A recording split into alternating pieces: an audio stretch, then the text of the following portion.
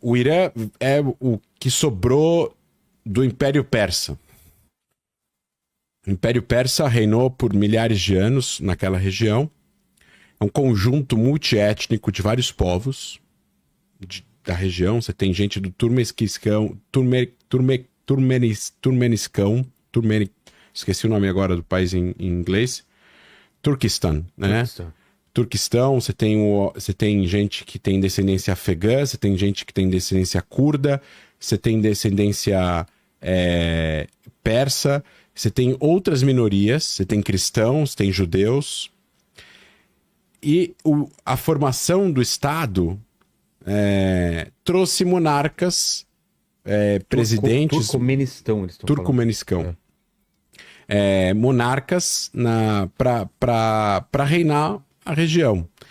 E não eram muito democráticos. Tinha um presidente que era democrático na década de 50, eu vou simplificar para o público que está escutando a gente. E aí teve, obviamente, meio que um golpe. Saiu, renunciou e entrou o Shah. O Shah Reza Pahlavi como um monarca de uma família real iraniana, persa, e ele era extremamente anti-periferia, ele era muito mais voltado para cidades, ele era extremamente cosmopolita, corrupto, liberal, e esse tipo de relação começou a ficar cada vez mais antagônica com as diversas tribos mais da periferia e do interior do continente, do país. Essas periferias e esses locais mais longínquos no Irã começam a se organizar. Entre eles, comunistas, estamos falando pós Segunda Guerra, onde, enfim, muitos países e muitas regiões flertavam com a ideia da União Soviética e do comunismo. Sim. E clérigos religiosos, que queriam fazer frente a essa modernização e essa ocidentalização do Irã. Eles não queriam ocidentalizar o Irã. Eles viam isso como um perigo existencial para a cultura, para a religião, por uma série de motivos sociais. E devagarzinho, essas pessoas foram conquistando vozes, porque o regime do Shah é um regime que privilegiava a elite, privilegiava cidades, tratava dissidentes políticos de uma forma completamente autoritária. E aí esses religiosos foram crescendo, foram ganhando força, até que ficou insustentável. E nisso surge o líder Khomeini, que estava no exílio, para unificar e trazer uma unificação e fazer o que eles chamaram na época de justiça social. Justiça social. E assim acontece a Revolução Islâmica. Através de uma ideia de justiça social que o Islã puro traz, como qualquer outra religião, né? Ajudar os pobres, ajudar caridade, ajudar os órfãos, né? Os deficientes físicos e por aí vai. E aí tem a Revolução Islâmica. A Revolução Islâmica ela acontece em um momento onde parte do Irã estava completamente insatisfeita com essa ocidentalização. O Shah era muito próximo dos Estados Unidos, muito próximo da Europa, tinha uma relação com Israel. E o ódio dos que eram contra o Shah era tão grande pelo Shah que tudo que o Shah gostava, eles passaram a odiar. E isso inclui os Estados Unidos e o Ocidente. E todos os valores que vêm junto com isso. Então, o ódio deles em relação aos Estados Unidos é muito grande e muito profundo e muito histórico. E com isso, juntou também o ódio a Israel. Por uma série de motivos de entendimento completamente equivocado da história, entre Israel e os palestinos, Israel e os árabes, e de uma visão onde Israel protege os valores americanos na região. Mas não é que Israel protege os valores americanos na região porque recebe para proteger. Simplesmente é natural, como uma democracia, se aliar a outra democracia. Agora não importa se você é de esquerda ou de direita, você está num país liberal, democrático, onde tem direitos muito parecidos, e imprensa livre, e direito para as mulheres, e para a comunidade LGBT, e por aí vai, em Israel e nos Estados Unidos. Então, a revolução, ela traz um elemento extremamente radical em relação à sua visão para com o Ocidente e o mundo livre, aonde eles veem isso como uma forma de imperialismo, eles veem o capitalismo como forma de imperialismo, então você tem uma junção aí de comunismo com fundamentalismo religioso, que a gente chama na academia de a aliança verde-vermelha, porque o verde seria a cor do fundamentalismo religioso, junto com a aliança vermelha, que seria o fundamentalismo comunista, no sentido cru da palavra. E aí você tem um desenvolvimento de um movimento que passa a controlar a região, né, do Irã. Então, e aí quebra-se as relações diplomáticas do Irã com vários países, Israel, Estados Unidos, países árabes moderados. Aí o Egito faz a paz com Israel, então o Irã quebra as relações com o Egito. E o Irã passa, para poder se proteger, a criar tentáculos de influência, porque a visão do regime é uma visão... As pessoas podem não gostar da palavra, mas é uma visão imperialista. É uma visão imperialista. Porque quem age como o Irã age tem uma visão imperialista. Você financiar grupos fora, você querer invadir países, você querer destruir países. Então, se o Irã fizesse tudo o que faz, aí voltando para o começo da minha fala, se o Irã fizesse tudo o que faz, mas ele não pregasse a destruição de Israel, ele não tivesse nos últimos 20, 30 anos essa retórica de destruir Israel, eles falam isso abertamente nas convenções, nos jornais, nas escolas, nas madraças, que são as escolas religiosas. E Morte à América também, né? Morte à América, Morte a Israel, fazem parada militar. Eles têm um militarismo muito exacerbado, um orgulho do exército iraniano, beira o fascismo. Então você vê que é uma mistura de visões autoritárias, uma forma Até anacrônica, né? de anacrônica e completamente bipolar de entender aí a função do exército, ameaças exacerbadas, discursos radicalizados, e aí você junta o discurso, a vontade e as ações. Quais são as ações? Passaram a construir um programa nuclear que começa a se transformar num programa nuclear mais militarizado nos anos 2003, 2004. Eles começam a produzir armas mais poderosas, um projeto de mísseis balísticos, um programa aeroespacial. O Irã, isso é uma coisa interessante, o Irã está pretendendo levar alguém para a Lua? Não. Então por que eles têm um programa de aeroespacial de mísseis intercontinentais?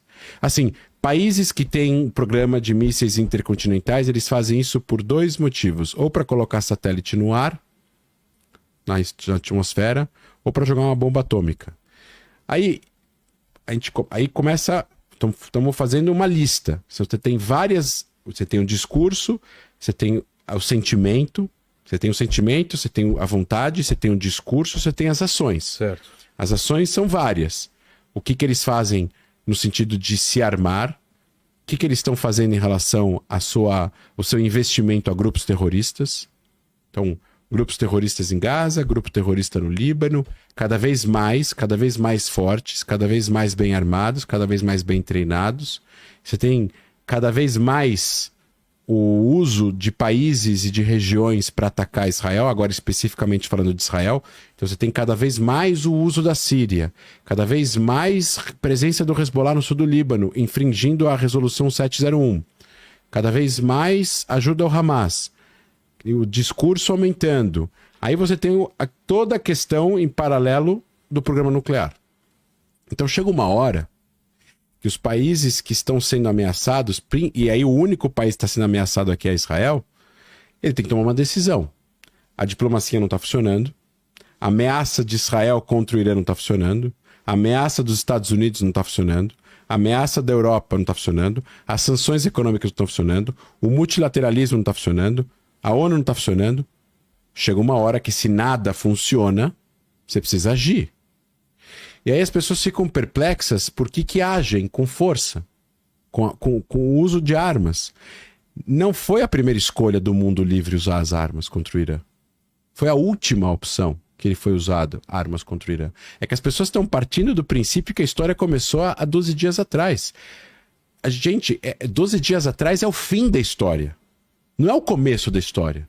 O começo da história se dá com tudo que eu falei. 79, a ideologia, o pensamento, o discurso, a educação, a doutrinação, as ações, programa nuclear, mísseis, grupos terroristas, 7 de outubro, as ações que foram feitas após o 7 de outubro, as ameaças contra Israel.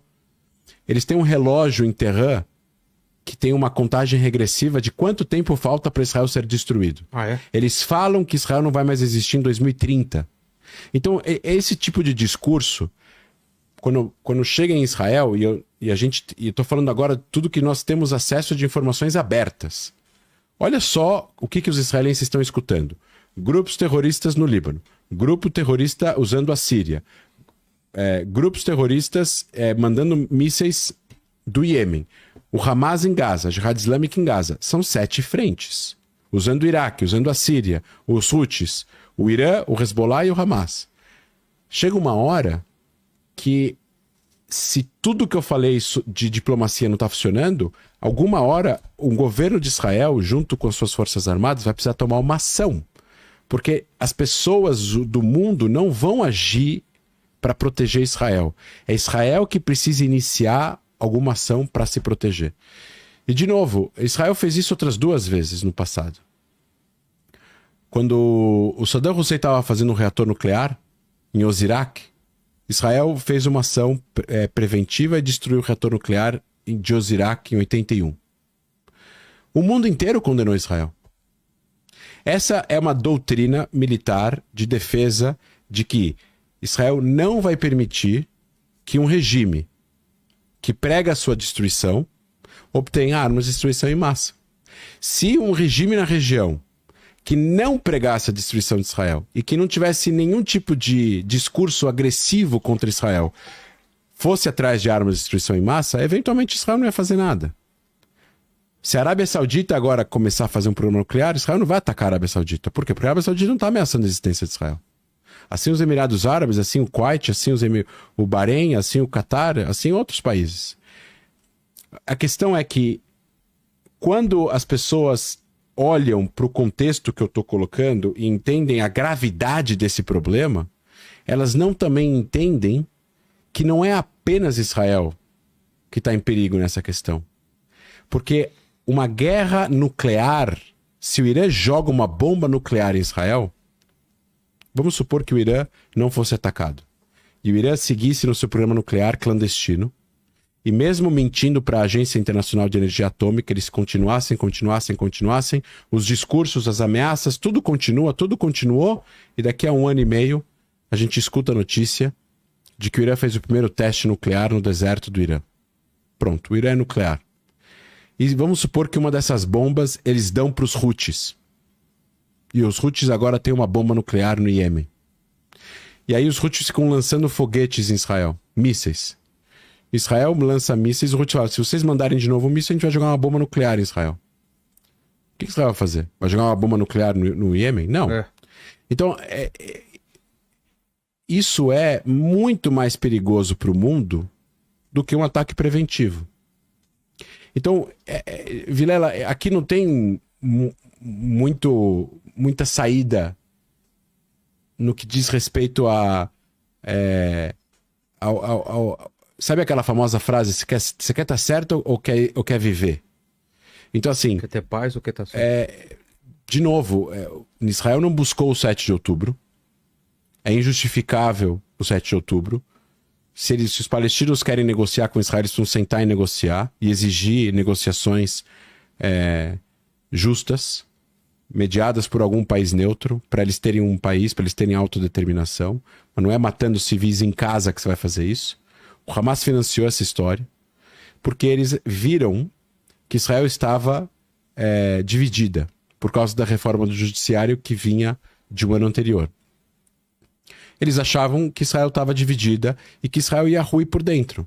O que o Hamas fez, e posteriormente o que o Hezbollah fez, e o que os Houthis fizeram, e o que o Irã fez, era tentar fazer com que Israel enfrentasse uma guerra de 7 frentes, onde eventualmente Israel ia acabar deixando de existir ou ficasse muito enfraquecida.